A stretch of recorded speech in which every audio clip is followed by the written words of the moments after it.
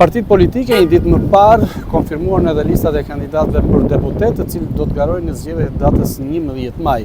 Por si do të funksionojë për gjithë ata të cilët janë në funksione në administratën publike apo edhe drejtues të institucioneve?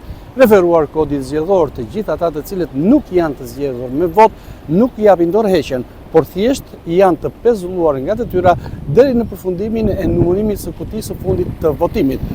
Ky ligj hyn në fuqi për gjithë ata të cilët janë në drejtim të institucioneve, çfarëdo partie i përkasin, apo edhe që kanë pozicione në administratën publike. Partitë politike zyrtarizuan një ditë më parë dhe listat e kandidatëve për deputet për zgjedhjet e datës 11 maj. Në listat e partive politike nuk mungonin edhe emra, të cilët janë drejtues të institucionesh apo kryejnë funksione publike. Referuar kodit zgjedhor mësoi se vetëm ata që janë të zgjedhur me votë japin dorëheqjen. Në këtë rast si dhe ndodhi me ish kryetar bashkisht që do të garojnë për deputet në zgjedhjet e 11 maj. Ndërsa për të gjithë ata që kryejnë funksione të ndryshme në administratë apo janë drejtues institucionesh nuk vlen dorëheqja, por thjesht pezullimi i përkohshëm nga detyra deri në numërimin e kutisë së fundit të votimit. Burime për blu konfirmojnë se detyra delegohet në një tjetër punonjës brenda institucionit deri në përfundimin e procesit. Kodi zgjedhor tashmë e ka përcaktuar qartë, ndërsa pas zgjedhjeve, nëse nuk fitohet një vend në parlament, kanë të drejtën të rikthehen. Ndërkohë, referuar informacioneve për Blu Televizion, të gjithë ata të cilët kanë mbajtur poste në administratën publike apo drejtues të institucioneve, prej ditës së sotme